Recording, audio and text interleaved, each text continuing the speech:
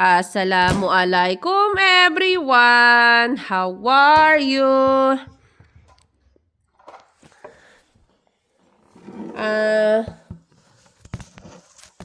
Yung asawa ko yung nag-prepare ng breakfast namin. Ito lang yung breakfast namin, tinapay at saka kape. Kasi may ginagawa kasi ako yung dami kong tiklupin. Kaya yung asawa ko na lang nag-prepare nito.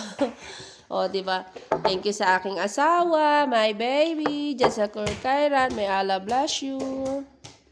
Amin. O, kain na tayo.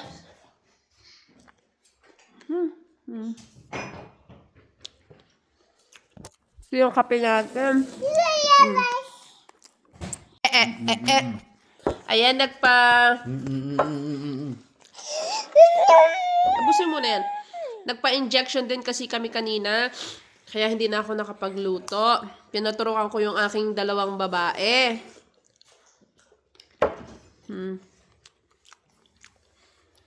At tapos naman, dami ko pang tiklupin.